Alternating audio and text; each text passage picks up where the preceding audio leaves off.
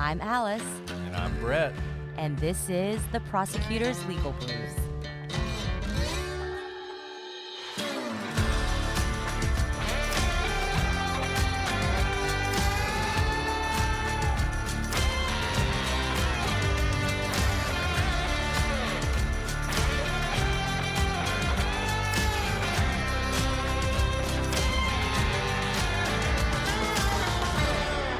Welcome back to the Prosecutor's Legal Briefs. I'm your host, Alice, and I'm joined, as always, by my cutting-edge co-host, Brett. I'm never on the cutting edge of anything, Alice. I'm always behind. I'm not going to lie and tell you something that's a lie, because you're not cutting edge, but you know who is?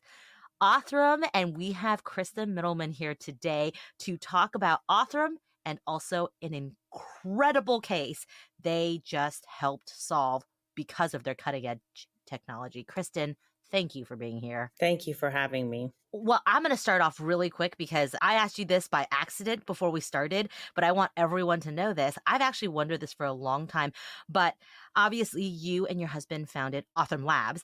What does the name Othram mean? And then give a quick little background of what Othram does for those of us who may not have heard of it before. Absolutely. But before I tell you what it means, I'm going to tell you that David founded Othram, and I actually didn't believe in him for the first little bit. And I told him he had lost his mind because so I just want to be clear and get this out there. I joined him from the very beginning, and I've been here working really hard on building this, and it's a dream come true. But it took someone really brave to say, you know what, we're going to completely uproot and change how forensic DNA is done. And when he first told me he was going to do this, I thought, no one's going to send you evidence. So go get some before I come and join you. And so 6 years later, here we are, and I'm super excited. But Othram is a word from Lord of the Rings that means it's the wall that protects the city.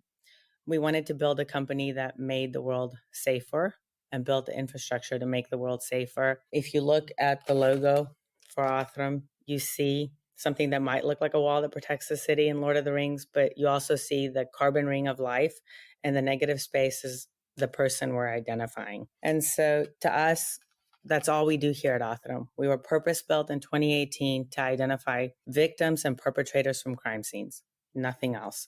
So DNA sequencing in other fields like medicine and consumer genomics, we had all been a part of for years. Most of us here at Othram had been a part of for years. David was part of the first Human Genome Project, the 1,000 Human Genome Project. Many of us here helped build the standards that the FDA uses today to do that type of sequencing in medicine and give you answers. But medical DNA or consumer DNA looks really different. When you go to the doctor and you give blood, it's fresh DNA. It's ample in quantity, right? They take tubes and tubes of blood. It's not limited. It's not contaminated. It's not degraded. It doesn't have any of the things that you see in a crime scene, like the difficult mixtures between perpetrator and victim. The case we're going to talk about today, the victim was found outside. Obviously, there's contamination, plant DNA, animal DNA. It's been exposed to elements. All of those things make forensic DNA really difficult to read and to be able to get identities from. And so we purpose-built a method that made that part of the process possible for cases that were previously intractable, but also made it predictable. You wouldn't go to the doctor and take a drug if there was no clinical trial that said that that drug had helped someone with your disorder in the past. But in forensics, there are no required clinical trials. Someone can take that last bit of DNA from a crime scene, run it on a sequencer with the wrong method, and it's gone. And it's gone forever. And with it, the chance to get justice is gone. And even worse, in the case that we're going to talk about today, the chance to prevent the next crime and the next victim is gone forever. And I know when you came on the show last time, and I hope everybody will go check that episode out. It's probably about a year and a half ago on the prosecutors. You talked a lot about that, about preventing crime. You know, we've seen genetic genealogy used a lot to identify unknown people, and that's incredibly important. And we had the great honor of visiting Othram earlier this year, and I wish everybody could see it because it's very impressive. What you guys have built is very impressive. But in addition to that, giving people back their name, which is critically important, the law enforcement aspect of genetic genealogy just continues to grow. And I know I pester you all the time. Basically, anytime I see a case that might have genetic genealogy, I'm always texting Kristen, like, are you guys working on this case? I'm sure she gets sick of that. But this case, Rachel Morin, was a case that gripped a lot of people, an incredibly horrific murder of a young mother on a popular hiking trail, the kind of place people feel like they should be safe. And very quickly, it became evident that the person who committed that had committed another horrific crime in California, an attack on a 9-year-old girl. But it seemed like, months passed, weeks passed, and it didn't seem like we were getting anywhere. But then this week we had some breaking news, and I'll let you share that with our listeners in case they're unaware of this development. So this case, yes, it was gripping and all over the news when a mom of 5 on a running trail she had been attending every single day and felt very safe on was brutally attacked and murdered. And like you said, in a safe area, in a safe neighborhood, this became a huge part of the news. But what happened is they did traditional DNA testing. They did a CODIS test on her crime scene. And what they found out was there was no match in the database for the perpetrator. For your listeners, a CODIS test, they test for 20 markers on your DNA in your genome, and then they upload it to the CODIS database, which is the FBI database of known perpetrators. And if that person is in the database because they've previously committed a crime, you get a hit, a match, and then you know who it is, and they can go and arrest them for that crime. But what happened here is they didn't get that hit. But what they did get is that there was another unknown profile with the exact same 20 markers in California that was collected a few months earlier, just like you said. And it was an attack on a mom and her 9-year-old daughter in their own home. And so they knew that whoever this person was, it was a serial predator. And because of the gruesomeness of these crimes, they decided that this person will likely attack again and likely attack again quickly. So they decided to try new technology, like what we do here at Othram, forensic grade genome sequencing, to try to identify him and help prevent that crime. And you're right, Brett, we talked about that a lot in the previous episode that I was part of.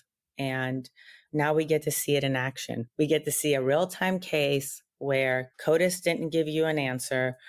You were at a DNA dead end, and law enforcement said, hey guys, don't stop. Let's try to infer this identity using forensic grade genome sequencing. So they sent that to Othram, and within a couple of days, we were able to build a DNA profile that had hundreds and hundreds of thousands of markers. When you have hundreds and hundreds of thousands of markers, you're able to upload to databases that are filled with genealogical profiles that have been consented for law enforcement use.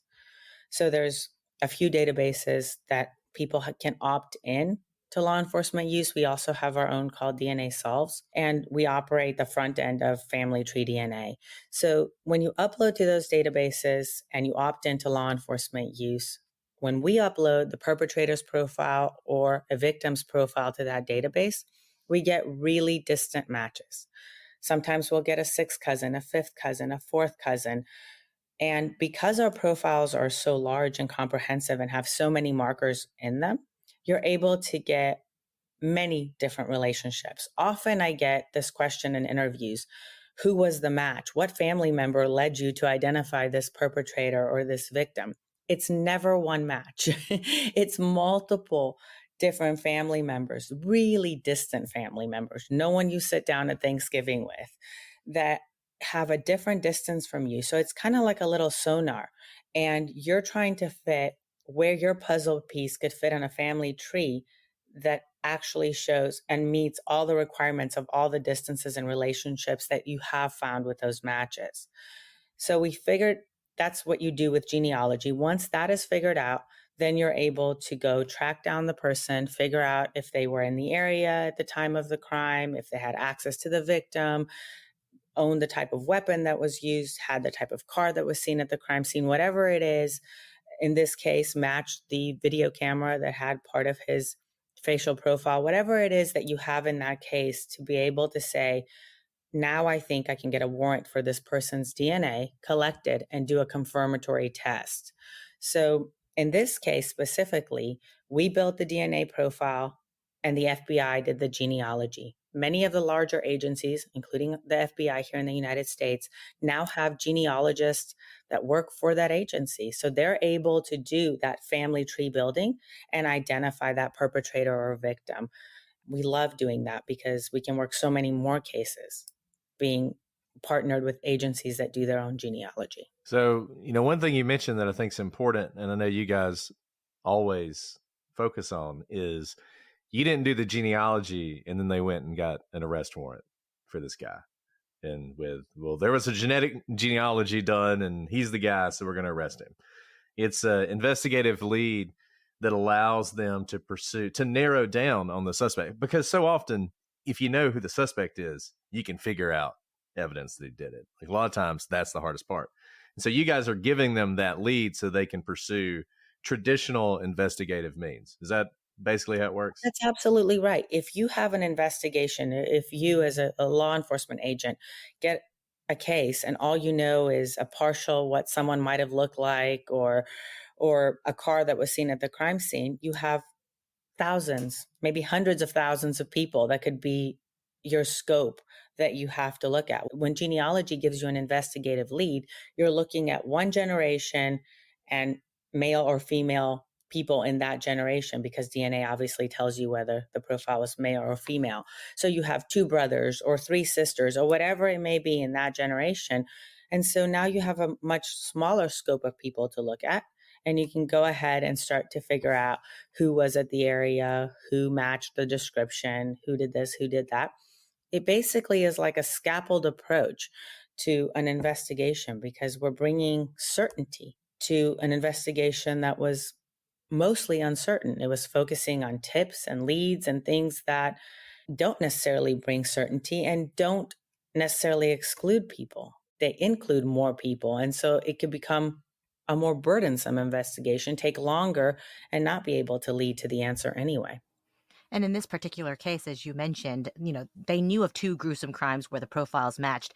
And one of the most shocking things when we still didn't know who this person was that it was coast to coast, right? One attack was in California, the other attack was in Maryland.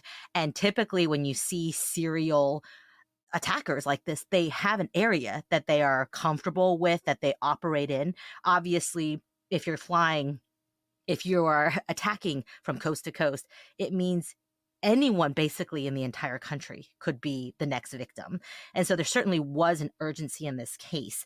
Can you talk us through a little bit about how the case came to you? And then was anything special about this particular DNA profile that you had to build that you guys didn't know how to do before, or anything unique about this one, whether it was the fact that, the murder victim was out in the elements or something like that, to help listeners understand how this is not like a sterile lab where someone comes to you with a perfect mouth swab and it's touched nothing else and it goes straight into a sterile test tube. Rather, you are getting a mess of DNA and you're having to make sense of it with a ticking time bomb of quite literally recognizing that someone else may be the next victim while you're building this profile. So can you kind of explain the challenges of this DNA profile that you had to build? Absolutely. So the agency and the FBI contacted us and said that they had a serial person based on two CODIS matches. There were two crimes, and they really wanted us to see if we could build a profile from this DNA evidence. At that point, they did not know who the perpetrator was or really have any idea, but they did have part of a video camera which showed that the perpetrator's background would probably be a minority. And so they were kind of nervous or apprehensive about using this technology, because often people will say, if it's a minority background, it's not represented as well in the database, so it may be harder to identify that perpetrator or that victim. But that is something we take into account. That's why we build profiles that have so many markers. That's why we don't limit ourselves to thousands or 10,000s of markers, and we go to hundreds and hundreds of thousands, because you want to be able to get really distant relationships. The less markers you have, the less relationships you have. So we knew we had to build a very comprehensive profile. There was a mixture in the DNA that we received that always complicates things. No DNA that goes from a doctor's office or into a consumer test is a mixture. In fact, if you've ever taken a MyHeritage test or 23andMe, it says don't eat an hour before you spit in the tube, because they don't want any mixtures, because that complicates it and makes it impossible to sequence. And so we had a mixture. It was definitely contaminated because of the outdoors. And there's obviously more degradation than you would have because you're exposed to the elements that you would have to that DNA if you took fresh DNA, put it in a tube, stored it in the right temperature in a refrigerator, and then took it to a lab. So all of these things made it more difficult, but none of it was something that we haven't seen here at Othram. I don't know if you saw, but yesterday we announced a case of a victim we identified from 1866. So now that's our oldest case that's publicly announced. I used to say 1881. Now there's 1866. I mean, we've had to deal with DNA that came out of a sewage tank for decades. Obviously, the contamination there is unreal. And so this was not the most difficult piece of DNA that we've ever seen. So we knew what to do, and we knew how to get to the answer quickly. So we built one of those profiles, and that immediately starts to give you answers, even before you do genealogy, which is what is needed to get down to that family. We create these ancestry reports. We're able to tell you where the person is from, a whole bunch of information. And so we very quickly were able to confirm where this person was from, what country, and we were able to start providing clues to law enforcement. That immediately starts to narrow that space. And like I said, start to bring certainty to your list of possible perpetrators and start to remove a lot of people out of that list. Then the FBI did the genealogy in this case. This is difficult genealogy. Like we all know, this person was from El Salvador. They had really distant matches, and the FBI is incredible. And they were able to go through those family trees and find the identity of this person, which is amazing. And as soon as they did, they realized that this person was not a legal resident of the United States. That complicates things even more, because now you don't have someone's address, you don't have someone's driver's license. Now you're having to go find a person that, as you said, is going from one coast to the other, probably harming people, and you don't know where to find them. And so I have to give a million props to the agencies that we worked with on this case, because this was not an easy case. Not only the DNA profile, but all of it was not an easy case. But it's a perfect example to show that even in the hardest circumstance, even when you don't have a legal resident, you don't even have a person that's registered or you can even find, DNA can lead you there. Because that's the one thing you can't get rid of. Your DNA signature is your DNA signature. And if you've left that at a crime scene, we can identify you. With CODIS alone, that's really difficult, because you'd have to be in CODIS. This person knew they weren't in CODIS, so they weren't so scared of their profile being uploaded to CODIS. And they knew they were of minority background. They probably didn't think this technology existed to be able to identify them. But wouldn't it be amazing if people knew that this technology does exist and it can be used real time, and it will catch you the first time you commit a crime and not the 10th, 15th, and 16th? That's my hope. My hope is, I'm thrilled that we solved this case. I really am. And these are the kind of cases where a 9-year-old girl and her mom no longer have to feel scared that the person is going to return and finish what they started in their household, right? They were attacked at home. It's very difficult to feel safe at home when you know your perpetrator is still out there. A mom of 5 with a really nice family. And I spoke to someone today that had just finished speaking to the family and told me that they're the nicest people, and they were just floored by this crime, heartbroken, and they needed answers. So they didn't have to wait decades and decades to find out what happened to their loved one. They found out. They have answers. They can get justice. Although I don't think that ever gives anyone closure, it does allow you to turn the page to the next chapter that is now, and not just get stuck in trying to figure out what happened to your loved one, which is where hundreds and hundreds of families that I've gotten to meet in the last few years are stuck.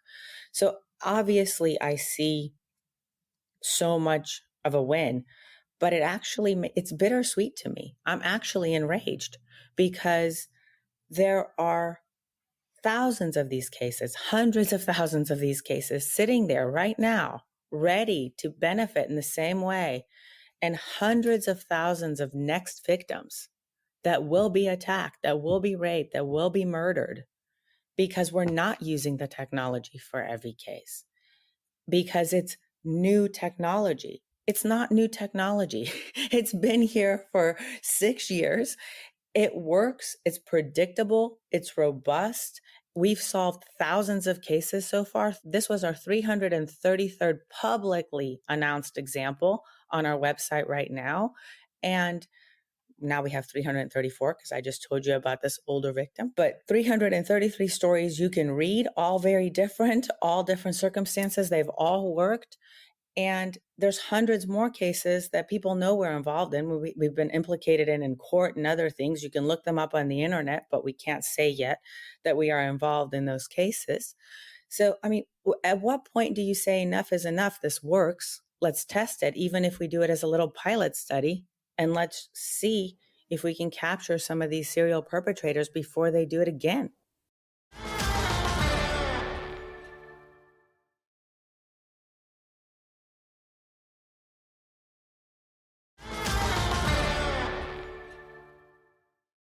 Kristen is too humble to say, which is I'm just going to wrap up this whole particular, she's already jumping forward to what Othram can do to, help prevent these types of crime in hundreds of thousands of other cases. But before we move on from Rachel Morin's case, because of their work, this perpetrator who had attacked in Maryland and California, as far as we know, because this profile likely is someone who has attacked at another time, was ultimately arrested in Tulsa, Oklahoma, and is originally from El Salvador. I mean, with those types of geographic spread, you can see how having genetic genealogy really fast-tracked this case by hundreds of years, if at all, because when you have someone who is quite literally all over the world and without a known address registered somewhere, I mean, it is not hyperbole to say that very likely this person would not have been stopped this past Friday when they were arrested. And because they are arrested, they can no longer do harm right now. So that's the incredible work that Kristen is talking about in this one case. And she can't even talk about the, many, many other cases she's a part of. But kind of with what you're saying, Kristen, we talk a lot about experts in trials, and we try to explain to people there can be Daubert challenges, expert challenges whenever there's new technology or technology that may not be applied correctly. Because you guys have been involved in multiple cases at this point, I assume that you've been experts who've testified at trial. Is that right? I mean, can you talk a little bit about that? Because I think that gives a lot of people a better understanding that this isn't just some lab work. You guys have absolutely stepped into the courtroom as well. And what those challenges have resulted in. Have you ever been disqualified as an expert, for example? And Kristen is shaking her head no. And what that's like to not only be the researchers with the PhDs who are doing all of the genetic genealogy, but also being the ones who are able to traverse into the legal world and explain to lay people, the jury, what you're doing as well. So can you talk a little bit about that experience and that aspect of your work? Yes, absolutely. So we have been in multiple trials, and we've been to Daubert hearings. The first trial we were a part of with a Daubert hearing and a jury trial was the Carla Walker trial. There's a bill that we're introducing, Senator Cornyn is introducing in the next few weeks here for the 4th of July session, that is known as the Carla Walker Act. Her case was actually solved on the 4th of July. That's when we called law enforcement back and identified Glenn McCurley. But that was the first trial with this technology that actually went to a jury. And it happened in a state of Texas where there was prosecutorial misconduct in the past. So it's a show me all state. you to understand what that means. That means even if this is an investigative lead that leads to law enforcement doing a confirmatory test that has been accepted in court for decades and decades, like a CODIS test to confirm, it still needs to be discussed in trial, and it still needs to be introduced, and every step of the process needs to be shown. And so we had to do that. We went there with a slideshow and we showed every step of the chain of custody, defended the technology, explained the technology. There were people there from the Texas Forensics Commission and other accreditation boards discussing how new this technology was and whether it could be accredited or couldn't, and how different it was than what was being used, and whether this should be allowed in court. And it was deemed admissible. And so that was the first verdict. We have had a recent trial, this was about a month ago, where we actually interrupted chain of custody. Usually we do not interrupt chain of custody because the CODIS test is done, and then we receive a derivative, a byproduct of what was used for the CODIS test.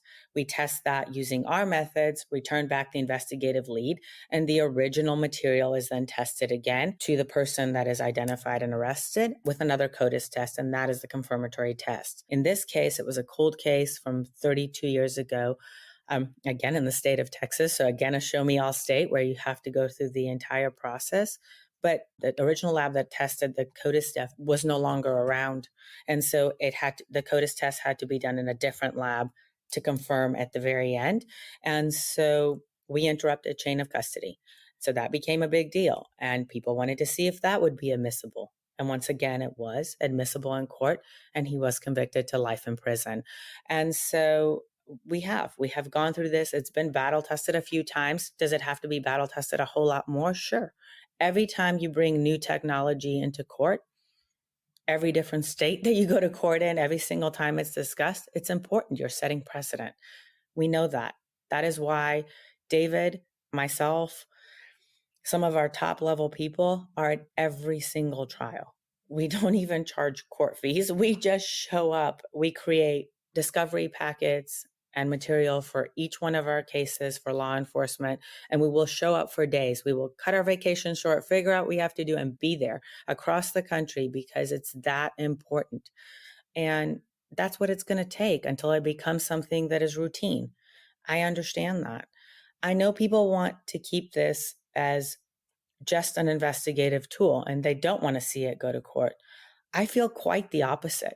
I have no fear to watch this go to court. I am super proud of the work we do here at Othram.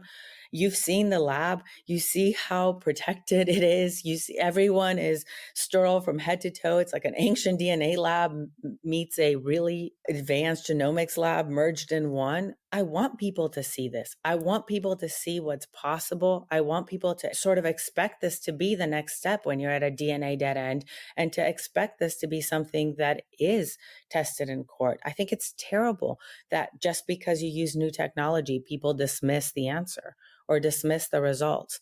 We have never gone to court without a confirmatory test, and those confirmatory tests have been allowed in court for decades, since the 1990s or late 80s even, right? And so it doesn't make sense that all of a sudden that 1 in 16 quintillion chance that it could be someone else is dismissed because new technology was used in the middle.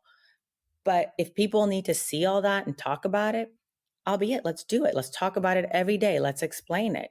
You're using a CODIS test that has 20 markers. Those 20 markers match someone, and everyone counts that as certainty now. It's like a fingerprint in DNA, right? Everyone says, I'll take that, just like you take fingerprints in court or dental records or other things that people use. This technology uses hundreds and hundreds of thousands of markers, and they match those markers to that person. What do you think the chances of that being wrong? There's none. So if we have to sit here and talk about that math in court, if we have to sit here and explain that, let's do it. I welcome the challenge. And I think to return to Rachel's case, I mean, it's such a proof of concept case in so many ways. I mean, it really encapsulates everything you guys are trying to do. Alice laid it out. I mean, you got a guy who's from El Salvador, who's committed a murder there, who's fled to the United States. He's completely off the grid. He's committing a crime in California. He's committing a crime in Maryland. He's arrested in Oklahoma. I mean, this is a guy with no real connections. This is traditional investigative techniques were not going to result in arrest in this case. This was a case where, frankly, investigators were waiting for another murder. Yeah. They were waiting for another murder where they would get DNA that matched the DNA they had, but they had more evidence about who it was. That's how Like you would have solved this case before. Yeah, you would have had to have an eyewitness. You would have had to be able to, someone saw him, something happened, and identified him. But how hard is that? Even if you had an eyewitness that someone saw him and identified him, he was leaving place to place to place. He didn't have a name. He didn't know anybody really. So how are you going to solve this case? This is tough. And you're right. Most CODIS tests, if they didn't stat it, which they did for the Rachel Morin case, and that's why I went into CODIS that quickly, because it was such a high profile case, take a year, 6 months, 7 months, 8 months, a year, sometimes a lot more to even upload to CODIS. I am almost certain, I'm even going to put it out there in the air, that in the next year, there are going to be more crimes that he committed between these months before he got caught that get uploaded to CODIS and get contributed to him. I mean, this is someone that, like you said, murdered someone in El Salvador, fled the country, came to the US, and continued to commit serial crimes. This is not someone that was in hiding. And he was going from place to place. And none of us were safe. I mean, how do you predict that he doesn't break into your home? He was in one of the safest neighborhoods. And that was it. And he broke into a home with a mom and a 9-year-old daughter in California. This could have been any of our friends, family, ourselves. And he's caught now. But the problem is there's not one of him. There's not one of him in the United States. There's too many of him because they keep getting away with it.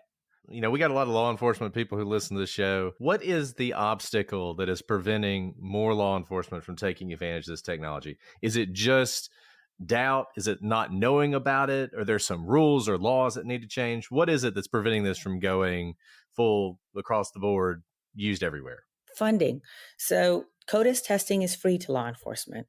There's hundreds of millions of dollars every year that gets passed on to law enforcement for sex assault kit initiative, for other bills, Debbie Smith Act, that allow you to test the backlog of all of these sex assault murders. Carla Walker is the first bill that is going to fund this technology. You can now use parts of other funding for this technology, but unfortunately, that funding hasn't been increased. And so the scope of that funding hasn't been increased. So what happens is people use it how they've always used it, to do standard forensic DNA testing in the beginning. And by the time you get to wanting to do FGG, there's no money left. And so there's not enough funding. There's definitely not enough education to tell people that this is here and available. I mean, we try to get on podcasts like yours where you have reach and the news here or there when we're talking, but we're here running DNA tests and trying to identify these people and go to court and set precedent. And so it's really difficult to reach everyone and educate everyone on what's really possible. Trust. There are a lot of people out there that say, I can solve your case, and they don't, and they just destroy the evidence. And law enforcement has been burned. So they're not sure they want to give people the precious evidence in their case or spend any money or budget that direction when they feel that maybe investigative effort will get them there faster. I've never met a law enforcement agent that didn't want to solve his case or her case, not once. And I've never met one that used the technology and didn't come back to use it again. Well, It's Kristen, I wanted to say that was one of the cool things when we got to visit you guys. You have this like big screen of in time, tracking everything that's happening in your lab, including new cases coming in. And what I found most impressive as I stood there for just a couple of minutes watching new cases tick onto your board were the repeat customers of law enforcement offices. I mean, we'd be like, what's up with this county? Why do they keep coming back? Because like you said, it's proof of concept. If it works, they were just bringing droves of DNA to you guys because they knew you could do it. They've seen it done. And, you mentioned funding. I mean, is this purely a government funding thing, or is there something that individuals can do to help defray some of these costs, maybe especially for the smaller law enforcement offices that don't have big budgets to run these tests? So we have DNA solves up. We put cases up there. We have hundreds of cases in the lab today that have passed feasibility analysis and don't have funding to be tested. And so we will put 5 or 6 of them up at a time. It's usually not crimes. It's usually unidentified victims of a crime, which usually does lead to the arrest of someone or to the identification of the actual perpetrator as well. Because how can law enforcement solve a crime if they don't know who their victim is? It's impossible. In fact, when you came down, Tom Bean came down and told you about the Walker County Jane Doe case where no one knew who that little girl was. Once they figured out who the little girl was, now they have an active investigation full on to figuring out her perpetrator. But it would have been impossible without her identity. So we have that going to try to help.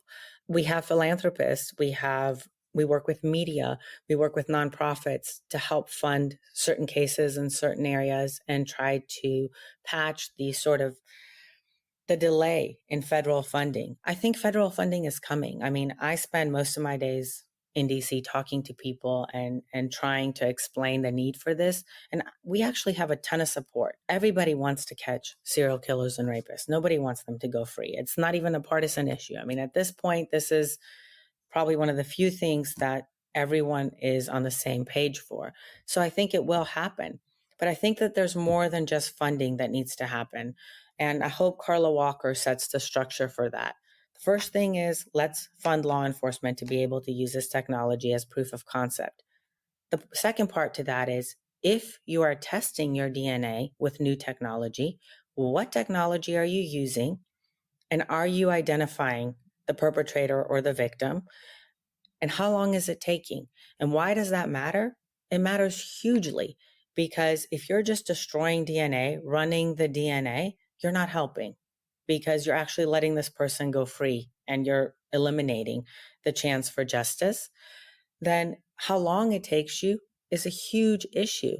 If there's someone like Victor in Rachel's case, if it takes you 7 months versus 7 years, now you've changed a lot of people's lives.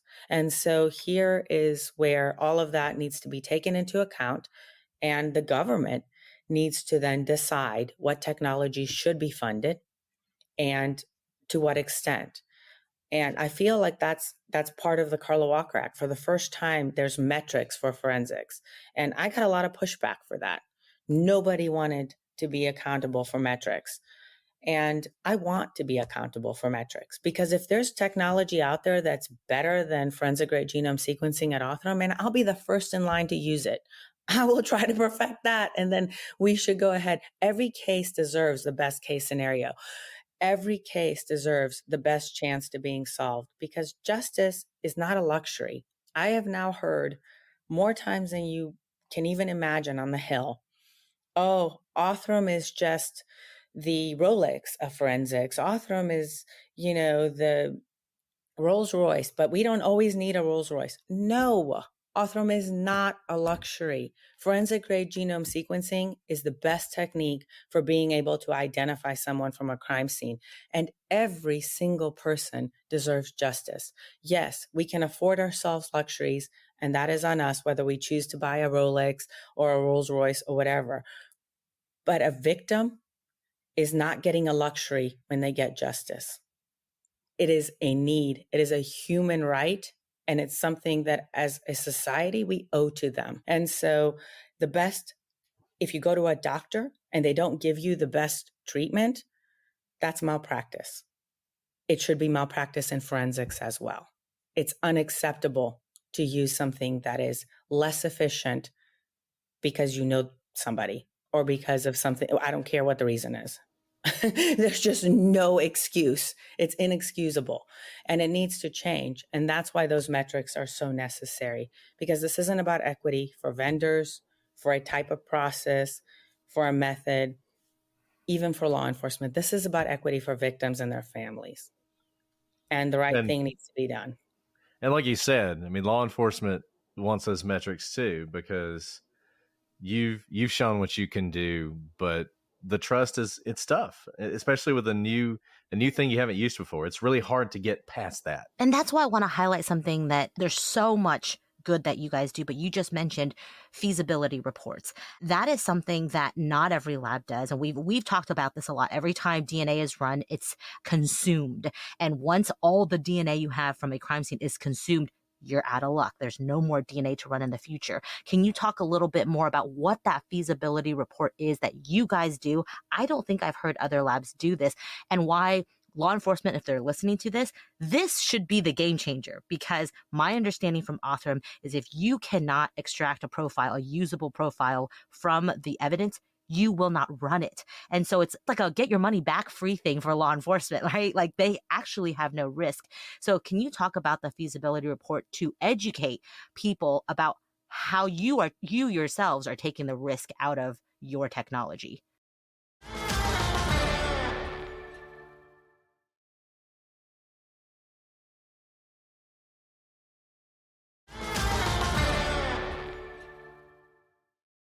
Yes, Alice, for sure. When we started Othram, we didn't want to build a lab and run all the difficult evidence in the country. What we wanted to do was bring new technology that was capable of bringing these cases that were previously intractable into this testing world, and giving you an identity and helping you solve the case, right?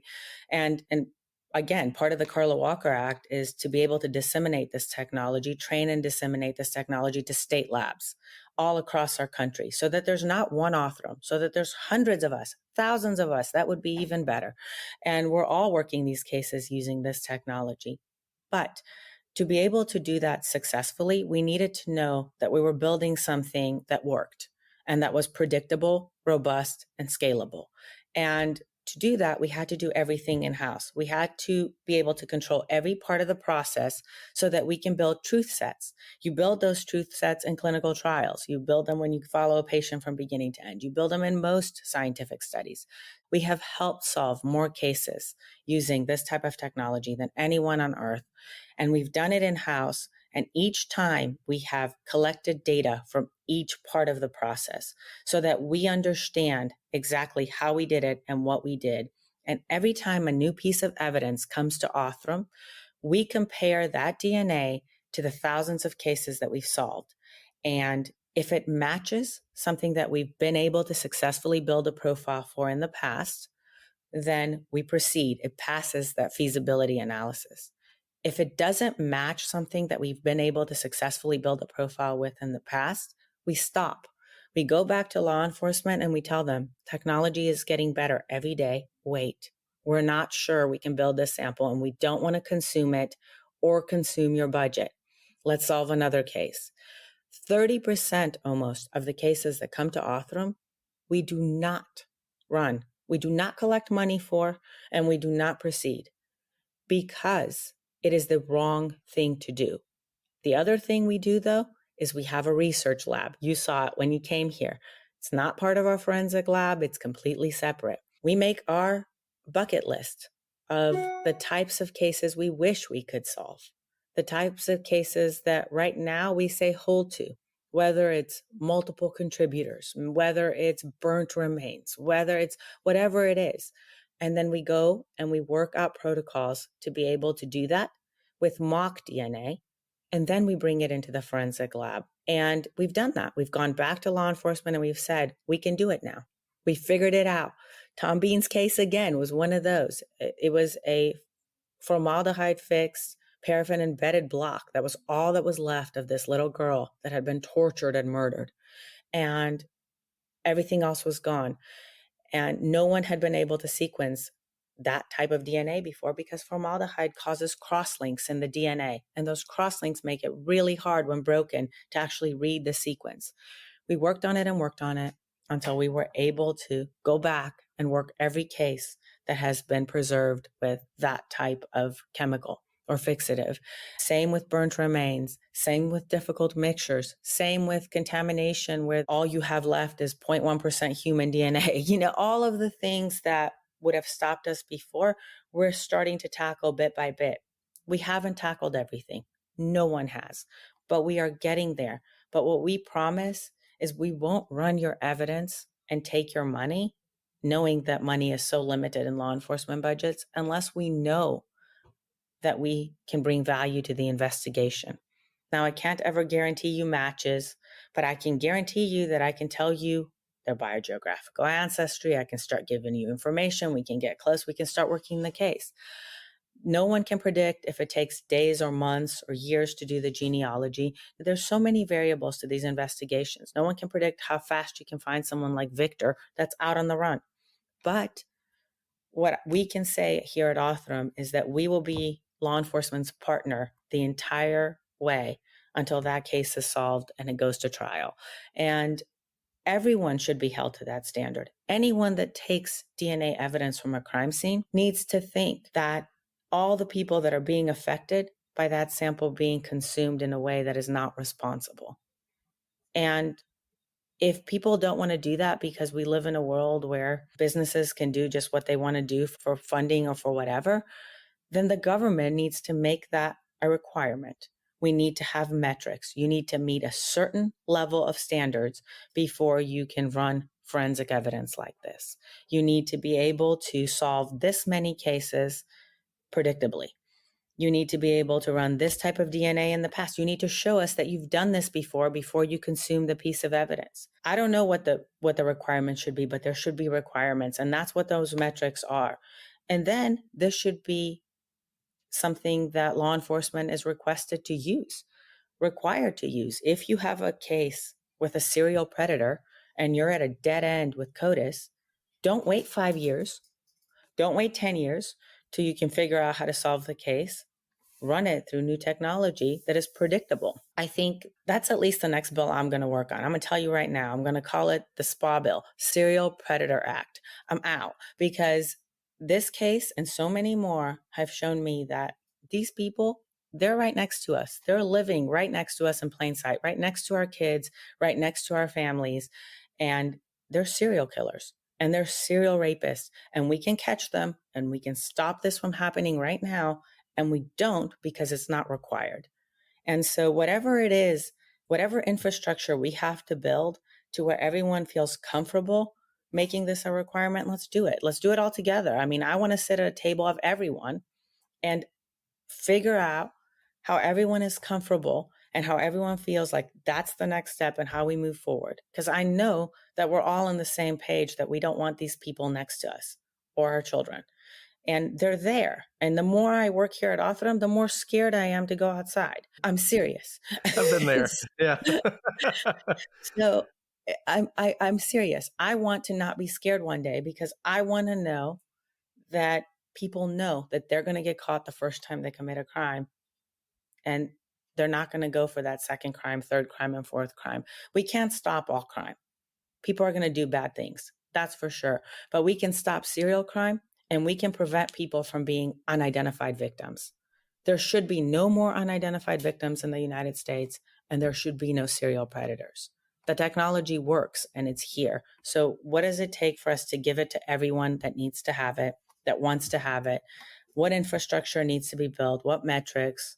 What solutions? What type of funding needs to be put into place so that this actually happens? Well, Kristen, we love your passion. You always bring it. I feel like you would have been a great football coach. People would have ran through a wall for you. But I also Thank think, goodness she's speaking up for victims with this passion now. yeah, I think it says something about you guys that you're willing to take on the requirements and the standards. You're not afraid of those. You're not afraid of being held to some sort of standard in order to be able to do what you're doing. I think that says something about your confidence in your technology. And I think even the Carla Walker case, if I remember correctly, and correct me if I'm wrong, wasn't that one where they had a whole bunch of really great DNA and they sent it off to another lab and they consumed it all and got nothing? And then they had to come to you guys and y'all had to find some sort of mixed DNA. And that's how you solved that case? Isn't that how that one went? Yeah, the detective for the Golden State Killer, Paul Holes, was actually the lead on that case as well. And you heard him say, he had a whole episode on it on his series, and he was on the Dateline episode and said, I killed the case. Because he really believed that this new technology would work for every case. And as a detective, how do you know?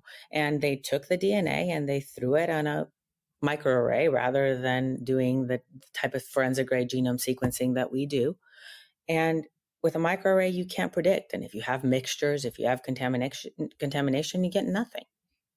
And the same thing happens if you build a profile that has, 10,000 markers or 20,000 markers. What are you going to do? You're going to have to find a first cousin in the database. How often does that happen?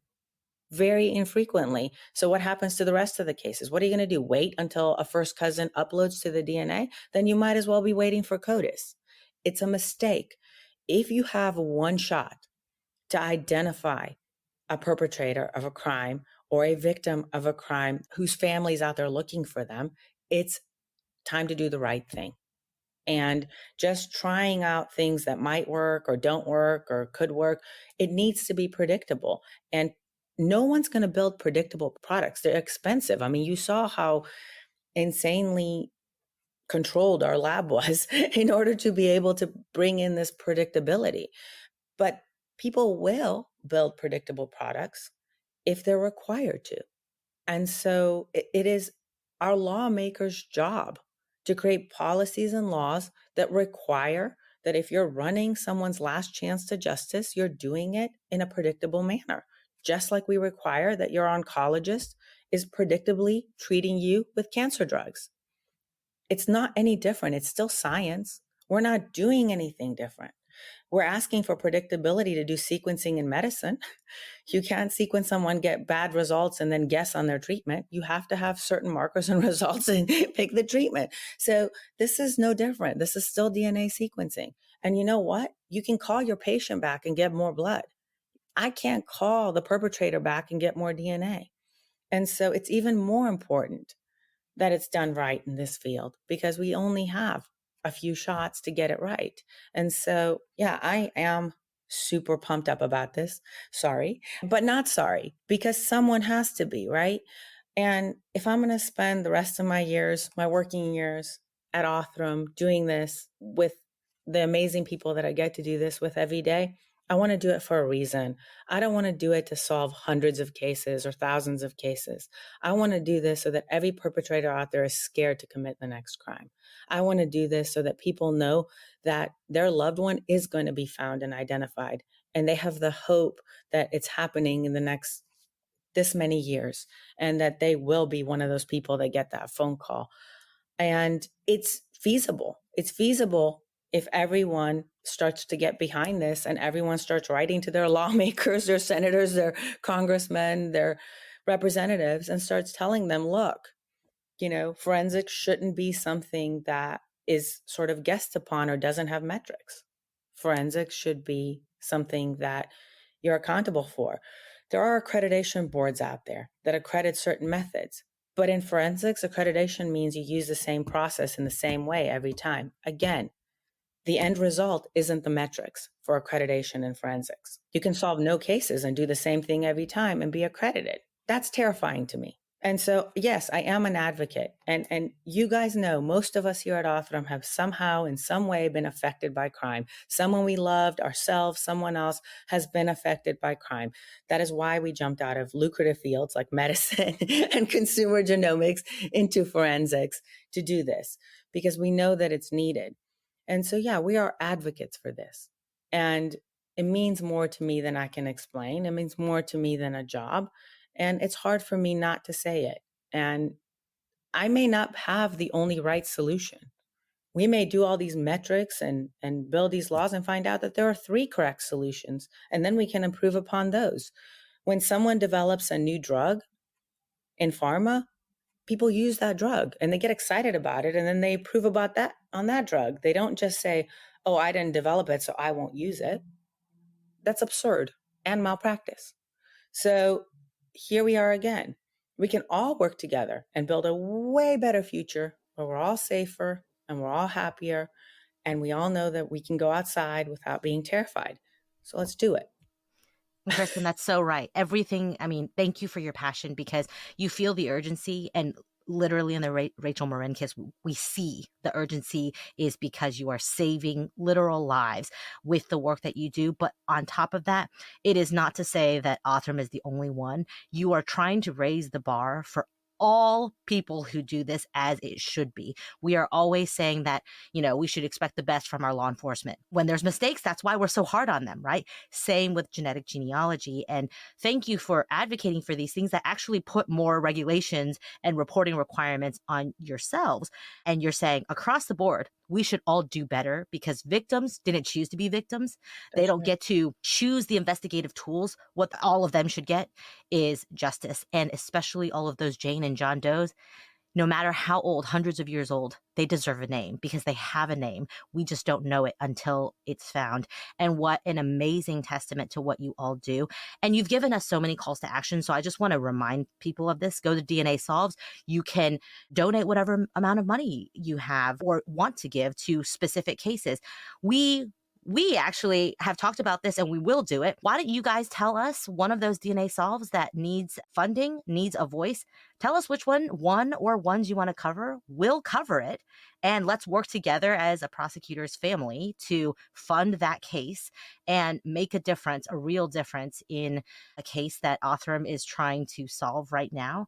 Tell all of your law enforcement contacts about Othram or just about demanding metrics. Demanding answers on the front end. You don't have to be an empty or an ignorant consumer, right? Just because you may not have the medical knowledge in running these tests, you can say, can you get me something usable? Will there be any DNA left?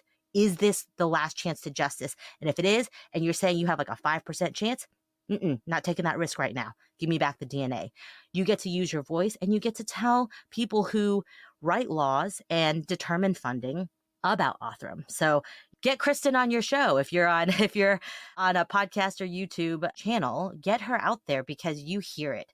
She has the passion, but it also is a call to action to the rest of us to make sure her message is megaphoned out there so that the perpetrators that she was able to help catch just now in Rachel's case is one of thousands. And like you said, let's stop these serial rapists and murderers in their tracks and quite literally take them off the streets because they cannot commit again because they've been identified immediately and justice is finally given.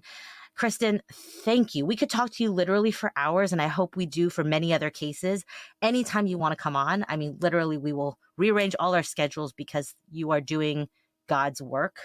And we are so thankful for you taking the time to explain to us the work that you're doing and to help us understand how we can help you in what you do as well. Is there anything else you'd like people to know, either you or Brett? Because Brett's just like, he wants to go solve some cases with you. He's about to go to get his PhD to help join your lab. No, The only thing I'll say is, for those of you who are not watching, Kristen is still at work. So that's how hard she works. We're recording this at night. She is still at work, still working. And I just want to echo something Alice said. I know you guys know this, but it can't be said enough. You guys saved lives in this case. I absolutely believe that. Y'all getting this guy off the street, somebody's family member, they're never going to know it, but that person is going to be with them at Thanksgiving dinner this year because of the work you guys did. So thank you and congratulations on that. Thank you. And I'm going to say that you were my first text when I wanted to talk about this case because we have been talking about this for years. And and it was a perfect example of all the things we are wishing for and talking about. And I can hear you guys talk for hours because I know your hearts and I know why you do what you do with this podcast and what you are trying to do as well and in making this world better for all of us, safer for all of us, bringing up all these important concepts and things that go through the courtroom that I don't even understand the way you guys do. And so I'm thrilled to be your guest every time because I know we have the same mission. And I will come on anytime you want and I will find you a case that we can solve and then come talk about here too. And I'm thrilled to do that step by step because honestly, every time a case is solved, whether it's funded by, just a few of us here and there with our coffee money, it's a spark. And eventually these sparks all across the US are going to catch fire and this technology will be used everywhere. And so, yes, it's the beginning, but no one likes anything in the beginning, especially when you're changing the status quo. And I'm okay with that because it needs to be changed. Amen, Kristen. Thank you for being part of the change. Thank you for stepping out in bravery and for being the voice for so many who don't have voices. We are just so ecstatic to continue to support you guys. And you hear it, everybody. You have calls to action. There is something you can do. So don't just sit there and turn off this podcast. Go do something about it, even if it's telling someone new about this type of technology, that it exists at all. You will be doing good. Kristen, thank you for joining us. Thank you all for listening in. And like you said, this is just the beginning. I hope and know we will see you many more times on the show to talk about many more cases that you have solved. But until next time, I'm Alice. And I'm Brett. And I'm Kristen. And this is the Prosecutor's Legal Briefs.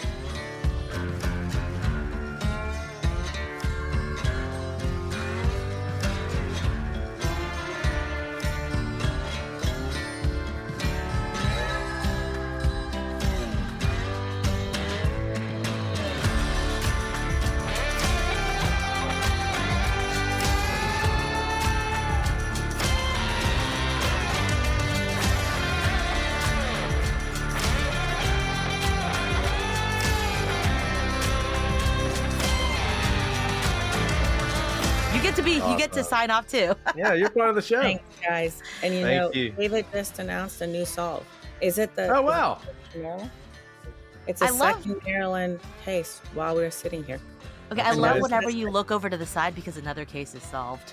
I'm excited because they're celebrating, and I know what they're doing, and they're celebrating. Wow, amazing! Hey, David. Amazing. Sorry we picked Kristen over you. It's not because we don't like you. We love you, David. Oh, thank you guys for picking me. Most people pick him. 1 second before you sign off. Guys, I have to end the stream to download the local things, but we love you. We'll see y'all soon.